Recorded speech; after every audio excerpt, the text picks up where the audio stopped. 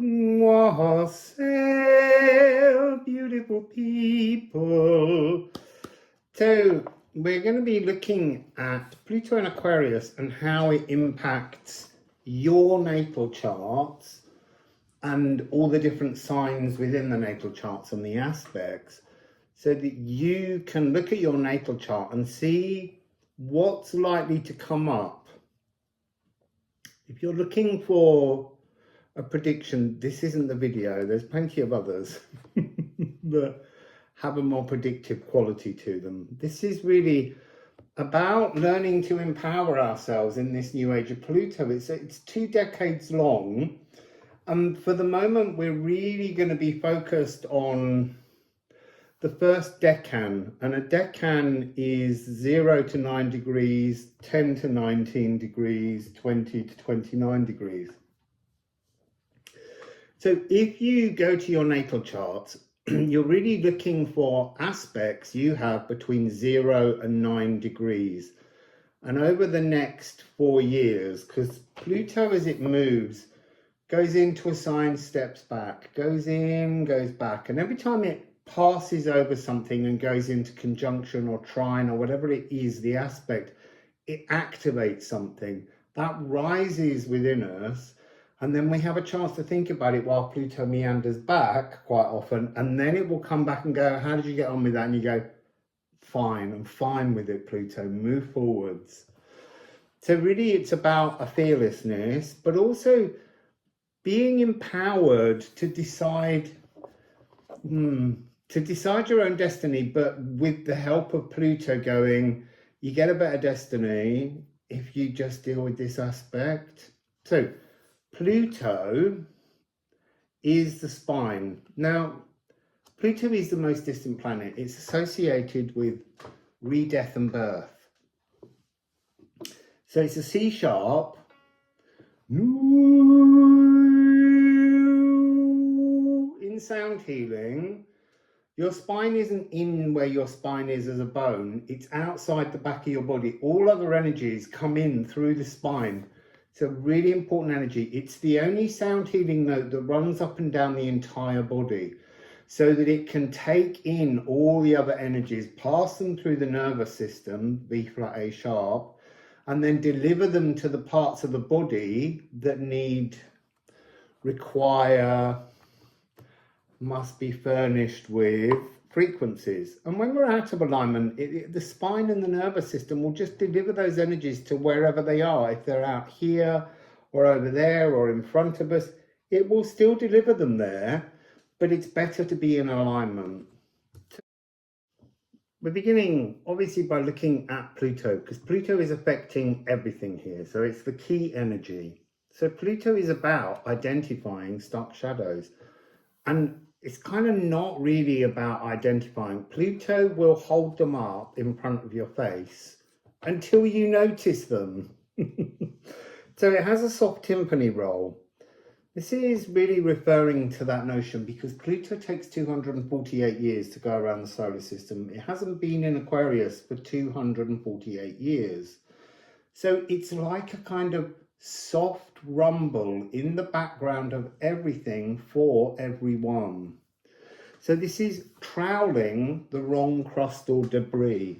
By that, it really means living our own way, but it's not Pluto's way. It's the wrong surface frequency.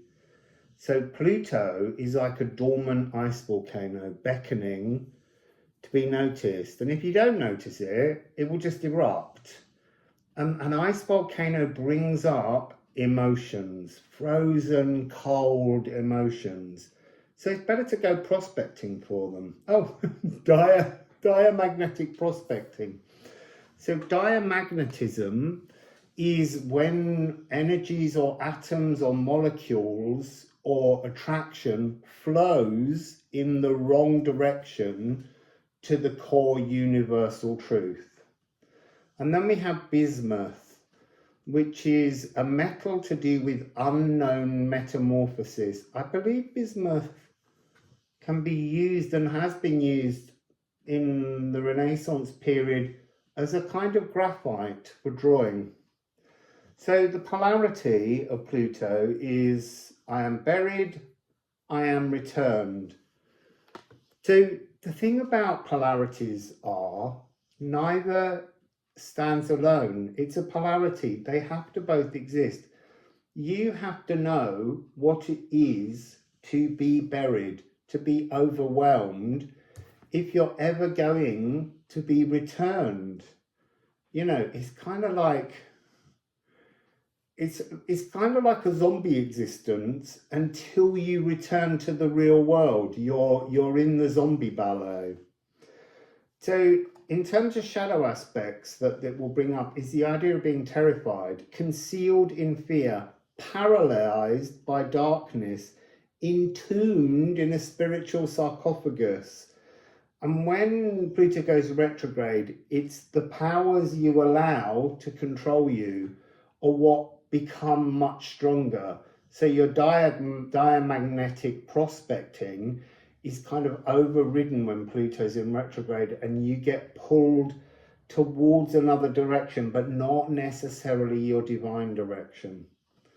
And then in terms of the more lighter energies and being returned, bounteous, winter is summer. Doesn't matter about the season, it's summer in your soul. To be nestled calmly in your frame, your balanced body brimming with minerals, and then unearthed cellular balance allowing spiritual wealth. And your spiritual wealth can be absolutely anything when you're under the influence, when you're intoxicated by Pluto. Now we're doing semisextile. Semisextile is 30 degrees, so it's one sign either side of Aquarius. So obviously it's going to be Capricorn, where Pluto has been for the last 20 years, and Pisces, which is where Pluto will go in 20 years. So semisextile is a tangible path of potential.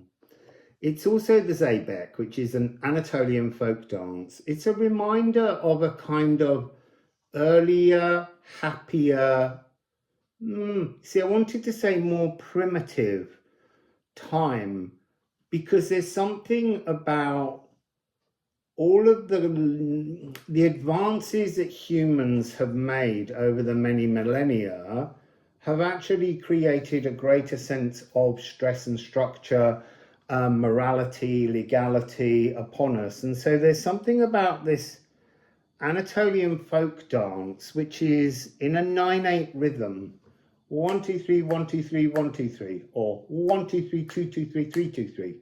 So it's got a kind of a waltz that's broken down into a very dancey energy, and it becomes like fledgling footsteps. It's a more organic energy. It's a softer, I want to say somehow a little bit more honest to the organicness of our flesh, I want to say, not the bones. The bones are somewhere else. They may come up. This is about just like the flesh sitting on our bones more easily, more comfortably. That's the energy here. There's a sense of a new life, an ebbing new life, just touching us lightly. It hasn't fully formed. And I feel somehow that the Capricorn energy being behind in a kind of anti-clockwise direction is what was. This is where the memories are stored. Somehow Pisces is where we're taking the energy. And it's interesting because Pisces in the magnum opus of our chemistry is the last stage. It's when we're living with our philosopher's stone. It's when we're the cosmic conjurer. We are conjuring as we dance. It's almost a kind of Pied Piper of Hamelin, but no one needs to follow you. You're just dancing. Ergot dancing plague. That's later. Interesting. That's in Quincunx. There might be a reason why some of you need to look up semisextile and quincunx, because they're both 1 degree away from a major turning point. So one being 150 degrees, quincunx, almost opposition, semisextile being the 30 degrees. Oh, and they're...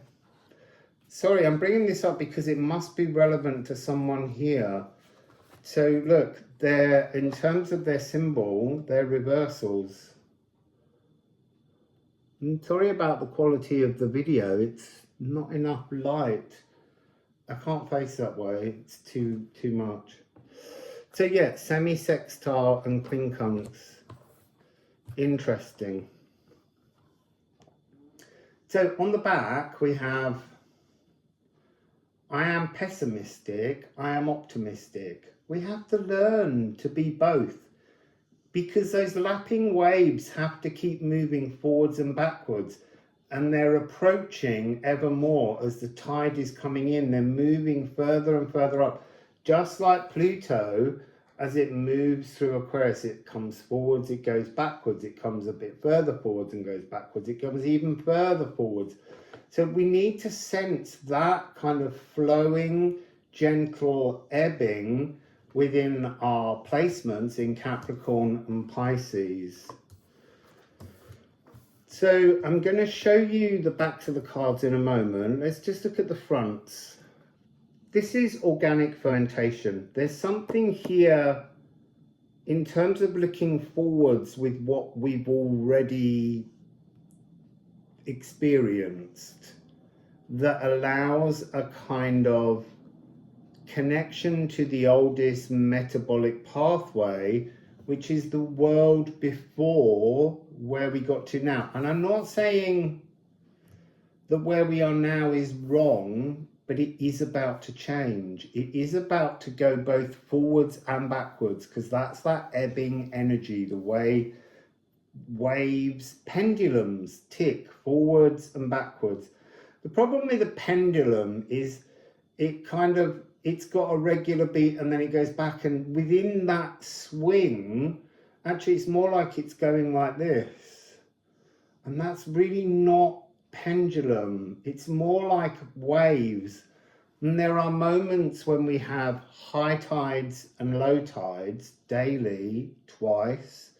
But then there are also these spring tides, these moments when the water comes in much higher and goes out much lower. So there's all this kind of energetic diversity hidden within this. So Janus faced is to be able to look both forwards and backwards, but to live in a now moment. And that's really quite a tricky energy. Pisces is talking about a peal of bells. It's about moving into a new dimensional reality, interdimensional oneness, to alchemize, to succeed, folds in time, how we transform and unfold energetic spaces within this tidal ebbing and flowing to project our shining inner abundance into a new space, not into the old space. So that's what you're working with in the 30-degree semisextile with Pluto in Capricorn and Pisces. While you're looking at the backs of the cards, I'm going to sing the tonalities associated with these signs. So Pluto is C sharp and Capricorn is F.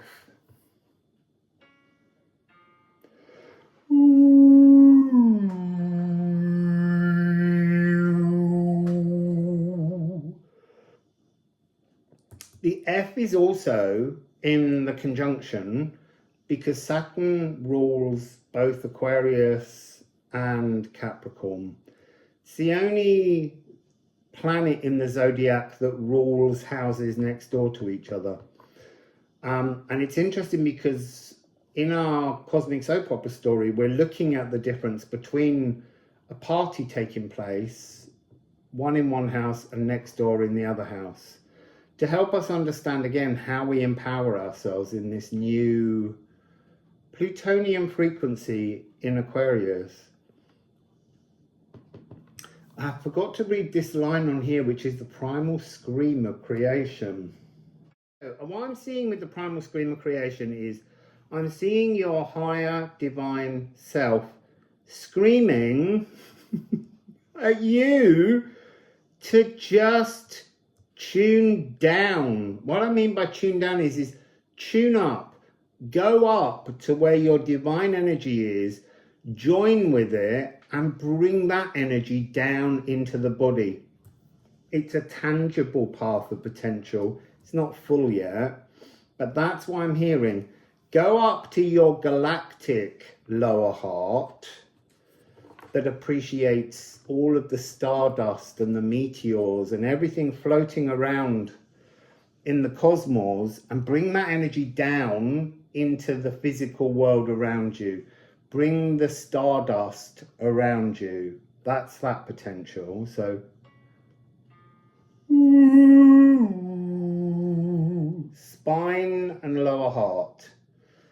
Then here on Pisces, we have Neptune and Jupiter as rulers. So Neptune is the renal glands, ancestral energies, D sharp, E flat, and Jupiter is G. So here we've got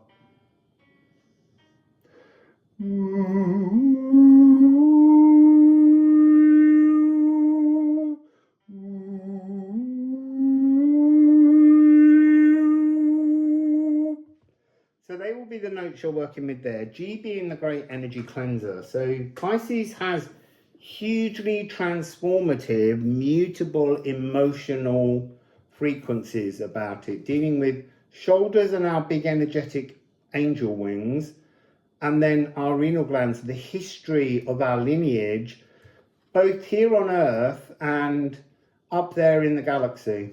It's really working with both of those. Hang on a sec.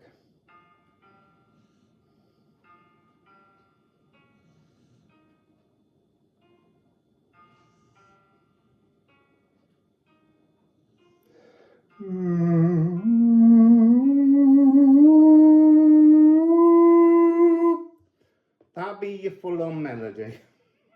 Joining the two.